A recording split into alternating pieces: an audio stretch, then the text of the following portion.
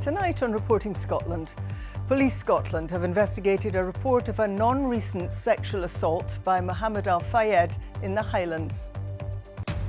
Residents evacuated from their homes over dangerous RAAC say continuing uncertainty is taking a huge toll on their lives. I thought I would be retired and mortgage-free. I'm still paying my mortgage. I still have my debt to the bank that I have to pay for, so I can't stop paying that. Also in tonight's programme. I think I've really zoned in on this feeling of hurt and abandonment almost. The long wait for justice. Campaigners welcome a move to resolve court cases faster. Coming up in the sport, Rangers manager Camanachd says it's a special feeling as his side prepare to play at Ibrox for the first time this season. And after watching some of his closest friends in football succumbing to dementia, Sir Alex Ferguson reveals how he works to keep his own brain sharp. Generally, my memory is quite good. Pray the Lord, touch wood, it'll stay that way. But does it frighten you? 100%. Yeah, absolutely. I would be lying if I said it was anything different. Yeah. Hello, I'm Sally Magnuson. Welcome to Friday's programme.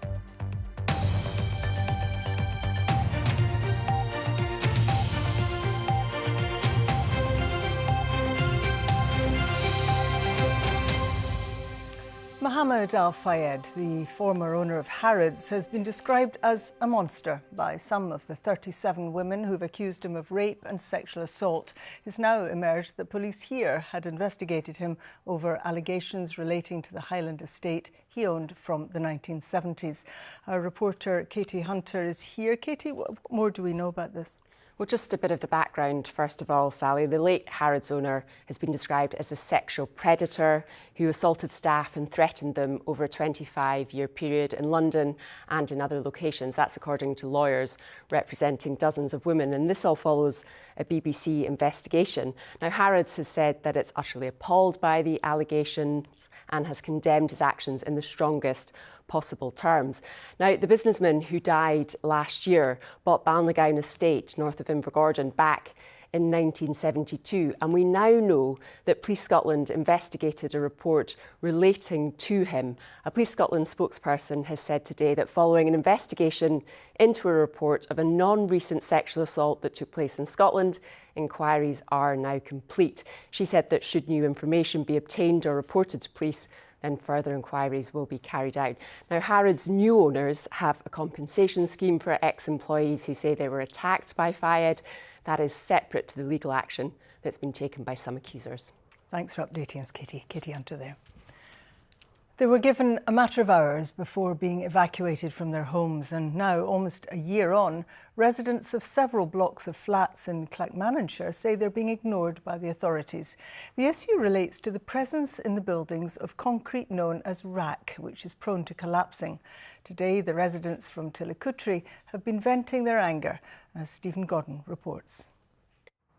For the past 12 months, these flats have been boarded up, the residents given hours to grab belongings and leave after dangerous RAAC concrete was discovered.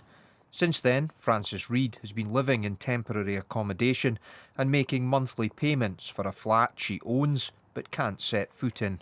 I thought I would be retired and mortgage-free. Now I don't know. Yeah, you've just got to live with the uncertainty. I have to go to work every day. I'm still paying my mortgage. I still have my debt to the bank that I have to pay for, so I can't stop paying that. The risk of collapsing roof tiles led to 3 low-rise blocks being evacuated in Tillicootree. 5 years of memories kind of gone down the drain. Lisa Simpson was a council tenant. She's been rehoused, but says she's lost the security she once had. I don't know where I'm going to be at Christmas again, because the tenancy that I've signed ends 3 days before Christmas. I want somewhere to call home, because for 5 years that top floor flat was home. The question facing Camanachd Council is whether to repair the flats or knock them down. After months of waiting for an answer, homeowners protested today outside the council HQ. What do you want to happen? I would like the pre-RAAC evaluation on my home. It'd give me an opportunity to start somewhere else, or even a home for a home.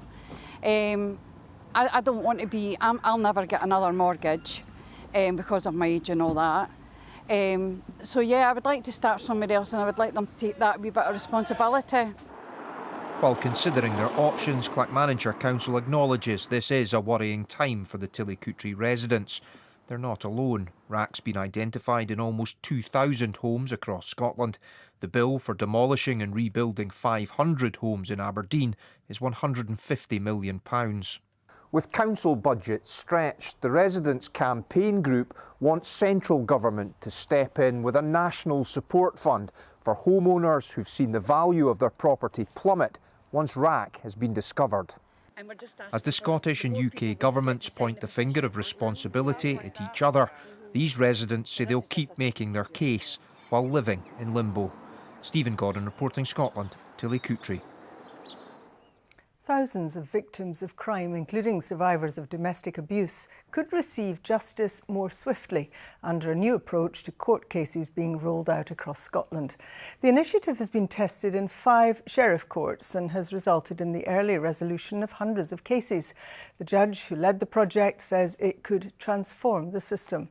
But some defence lawyers believe its impact will be limited. Our Home Affairs correspondent David Cowan reports.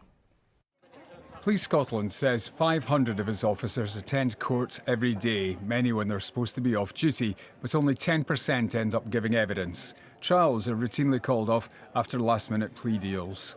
Lauren's case took 14 months to get through the courts and was adjourned 3 times.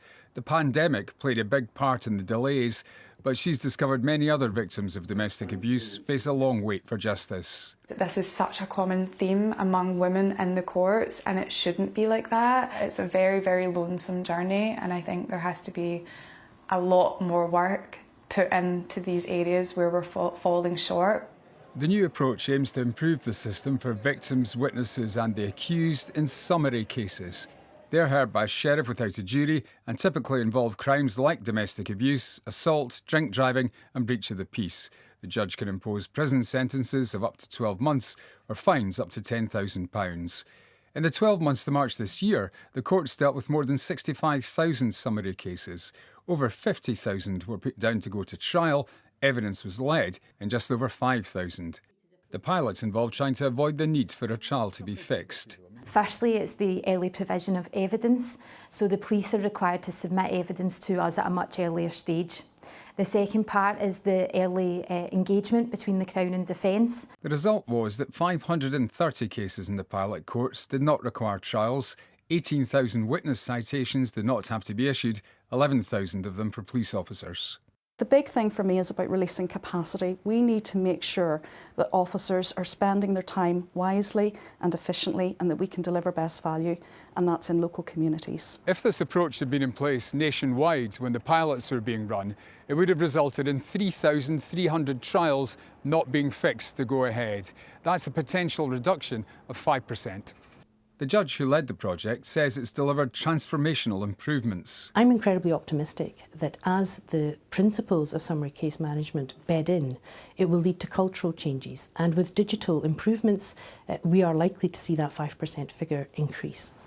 But an association which represents defence lawyers says they're being asked to do more work for no more money. There are less than 800 of us in the whole of Scotland. If you have more legal aid, you have more lawyers, cases can be dealt with more quickly. It's very simple. The Scottish Government says the pilot has been welcomed by many defence solicitors and legal aid fees have been paid early to reflect the new approach. That argument will rumble on. For the national rollout to make a real difference, all sides will have to be on side. David Cowan reporting Scotland, Glasgow. A 90-year-old hydropower station in Perthshire has begun generating electricity again after the first big upgrade since it was built in the 1930s. The Tummel Bridge scheme is housed in a tall, interwar modernist building using water gathered across hundreds of square miles. Its operator, SSE Renewables, closed the station 2 years ago to begin a £50 million refurbishment. Our environment correspondent Kevin Keane reports. Nestled among the trees on the banks of the River Tummel, one of the grand old ladies of Perthshire hydropower. The Tummel Bridge Power Station has been maturing gracefully since 1933, using the same equipment and the same supply of water. Despite still being as regular as clockwork, 2 years ago SSE decided it was out with the old and in with the new to keep the turbines turning for decades to come. So tell me how this works. So the water comes down the hill outside the power station in the penstocks here. We've got the main inlet valve, which opens and closes and lets the water through down into the spirals. So here the water splits into two, spins round the spiral cases and drops down the middle out into the river. The power station was conceived in the 1920s and built in the following decade. It was one of a string of them using the force of the same water along this valley. These are the original blueprints that were used by the Grampian Electricity Supply Company. And the refurbished hydro scheme follows virtually the same design from almost a century ago. The professionalism they had and the vision, it showed a huge understanding of what it was that they were trying to do. So the precision and the detail that they used through basic hand tools and basic technology was really quite overwhelming. The lifting of these sluice gates allows the water to flow through, turning the shaft between the turbines and the generators. It's fed from this water channel, which runs for 3 miles from the Dunalister Reservoir, capturing rainwater across hundreds of square miles. The project manager tells me they've been able to increase the power they can generate by 17%.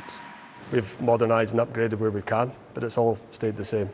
The changes within the power station is largely like for like, but it offers clean, flexible, renewable energy, and that slight increase of efficiency gain means we're maximising our use of that water that's available. Clean, green hydropower technology was a century ahead of its time. As power companies look to decarbonise electricity to tackle climate change, projects like this make it fit for the future. Kevin Keane reporting, Scotland, Perthshire. The Reform Party holds its conference this weekend. Ahead of it, leader Nigel Farage has criticised both the UK and the Scottish governments over their handling of energy policy, in particular relating to the Grangemouth oil refinery, which is going to be shut down next year. Owners Petro Ineos say demand for the fuels produced at the site is in decline. Mr Farage has been speaking to our Westminster correspondent Rajdeep Sandhu. What is happening to Scottish industry is a catastrophe, total catastrophe. The obsession with net zero. Nobody believes in God anymore, they believe in net zero. Do you not believe in net zero? I believe what we're doing is an act of self-harm for no environmental benefit whatsoever.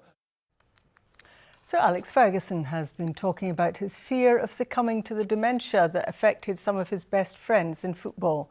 The former Aberdeen and Manchester United manager, who's now 82, said his own efforts to keep his brain sharp include reading, testing his general knowledge on a YouTube quiz and listening to the special music that brings back memories. He's been speaking to Nina Warhurst.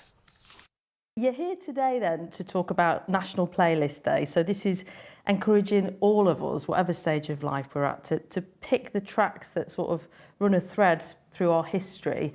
And then if dementia comes our way, they're there as a sort of grounding for us. What is it about dementia that you think's important? Well, I think it's a present day's a challenge for all of us, you know, and I've not got a great knowledge about the whole operation of dementia, obviously, but I think we know someone's, close to us has got dementia. And when you look at the impact on some of the United legends, Bobby Charlton, Dennis Law, Nobby Stiles, can you reflect on how it affected them as men? Well, I think that the main bearing on that is their family.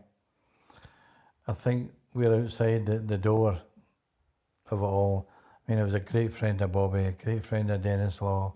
Nobby worked for me. He was one of my coaches. Can we hear some tracks from your playlist then? Let's listen to this first one then, Moon River. Moon River, wider than a mile. Where's that one taking you? Well, When my old team come up from Glasgow to visit me, they're great guys, you know, and that's my song, but they don't listen to me. There was one time, honestly, I was singing away at it, and I'm in another world, and my eyes are closed, and I'm belting Are out. these the lads from Govan then? Oh, for Govan, now. Yeah. Some of them, a couple of them were in nursery when they were 3 years of age, 4 years, yeah. And they've been friends all my life. And they were my team in Hamley Row Boys Club. And they're great people, never change. You know, the great quality, all married to a long time. I was 50 years married.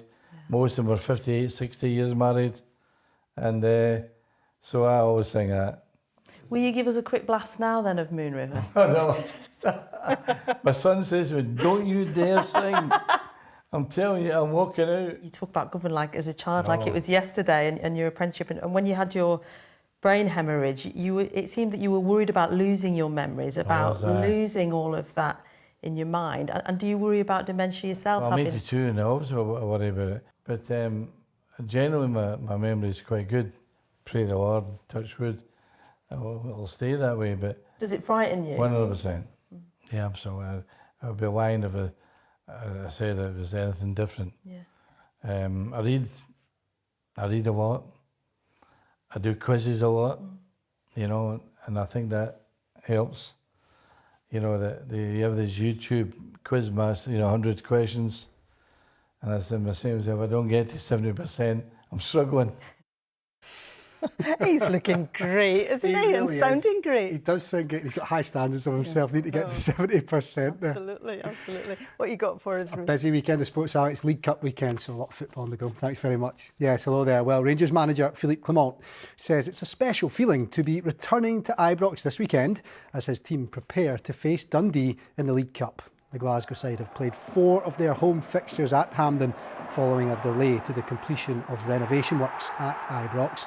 And when asked if returning to their home stadium can give the team a lift, Clement had this to say.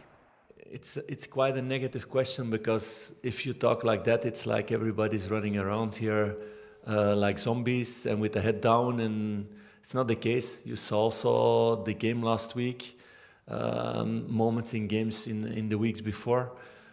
You see we're rebuilding a squad, new players coming in. There are a lot of positives here. Well, the first of this weekend's League Cup action gets underway tonight with Dundee United travelling to face Motherwell, with both sides hoping to secure a spot in the last 4 of the competition. Martin Dowden is at Fir Park for us. Friday night thrills, at least we hope so, here at Fir Park as Motherwell host Dundee United in the League Cup quarter-final here tonight, both looking to cement a semi-final at Hampden Park, and that would be a significant boost to both early in this campaign. Motherwell are being out in the local area canvassing local supporters to get out their houses and come along here, and a semi-final would certainly help with that. Dundee United, of course, a steady start to this season. They're looking to build on that, and after the pain of relegation and battling to get out of that championship, a semi-final at Hampden would certainly be welcomed by their support. We're looking or hoping for a thriller here tonight, and you can follow all the action live on BBC Radio Scotland. Now, Aberdeen manager Jimmy Teelan will be hoping to extend his unbeaten run this season as they prepare to take on the lowest ranked team still in the League Cup, the Spartans. The League Two side, who also had an impressive run in the Scottish Cup last season, will be hoping to pull off another major upset after defeating Ross County in the second round of the competition. But with a trip to Hampden on the line, the Pittodrie boss says they must be wary of their fourth-tier opponents. That's why it's so exciting for all the cups, like in the whole world, that different teams from different leagues can play against each other, and different levels inside the country. So I think it's important to respect that and always have that in mind. And the competition is only one game, and football is football. So we have to be ready. I think it's been quite tough for us because we had the game on the Tuesday night up at Elgin that we haven't had the opportunity to sort of live the full week. But since the game after Elgin, obviously all attentions have turned to this. So the excitement's massive around the dressing room, and even out with the dressing room within everybody that works at the club. You just go to training on Thursday night and the whole place is buzzing, just looking forward to the occasion in general.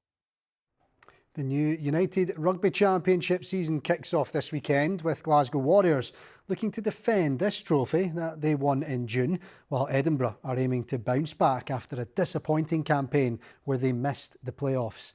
Sean Everett's Edinburgh side kick off their season tonight at home to Leinster in front of a sold-out crowd. And Glasgow travel to Ulster tomorrow to begin their title defence. Former Glasgow captain Fraser Brown and Edinburgh's record point scorer Chris Patterson have been looking ahead to the new campaign. Where the step forward is a consistency, and it's just that kind of repetition of these level of performances that are needed to beat everybody, not just the big teams. So I think Edinburgh can take inspiration from the fact that they've beaten the best teams, but be really disappointed at the fact that they fell outside that top 8. I think to win, again and again, consecutively, I think that would be very difficult. But you're right. If you want to be the best or the greatest, I think that's got to be your target. I know, probably sitting in those meetings on a Monday and a Tuesday morning, I'm sure Franco Smith is targeting to win the league again. He's probably targeting to win Europe. He's probably targeting to conquer the world as well. That was a beauty. Beauty indeed. And as you know, Sally, it is a busy weekend in sports. Celtic women play the first leg of their Champions League qualifier on Sunday, so a lot happening. Great. Have you ever played shinty? I don't think I've got what it takes, Sally. My shins are too fragile for that sport. You might get mashed. Exactly. Thanks very much indeed. Well, we are staying with sport because it's the biggest date in the calendar for the centuries-old sport of shinty tomorrow, as Fort William hosts the final of the Camanachd Cup.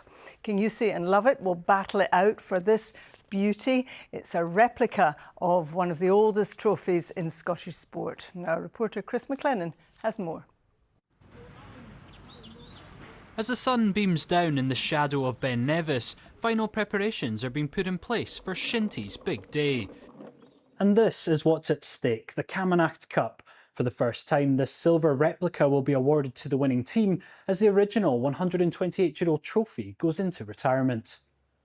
The Camanachd Cup is really the holy grail of shinty. It's the most important trophy. It's the one everybody wants to win. It's had a long, eventful life.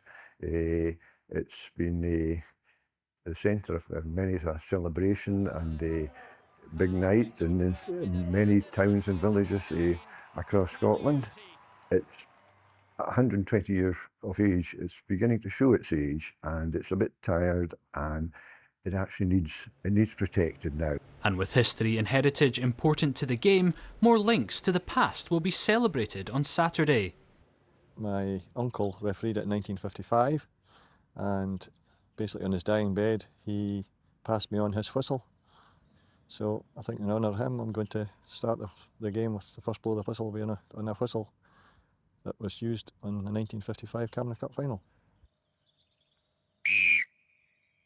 And if Shinty's big day didn't bring enough excitement, the final coincides with the return of the Lochaber Live Festival.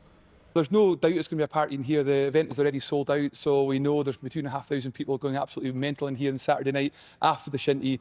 And again, knowing the weekend is going to be so good with the weather, then it's a real bonus. And I think we're all set for a really memorable weekend. King Yusi are the holders and are going for a grand slam of all of Shinty's senior prizes. Lovett are a familiar name in the final of late and will be hoping to etch their name into the record books once again.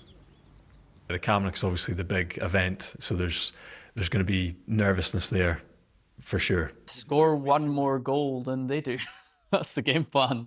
Yeah, I mean, if King Yusi play to their best and we play to our best, we've got hope that that's enough. Come 2 p.m. tomorrow, these two Highland villages will be ready to go to battle in what is sure to be a fiercely contested bout. Chris McLennan, reporting Scotland, Fort William. Well, let's see the weather they can expect, and wow, look at Lewis. What a beautiful picture, what a beautiful day of weather across many parts of the Highlands and Islands today. It wasn't sunny everywhere, we know. Let's take a look at the forecast. Sally, thanks very much indeed. Good evening to you.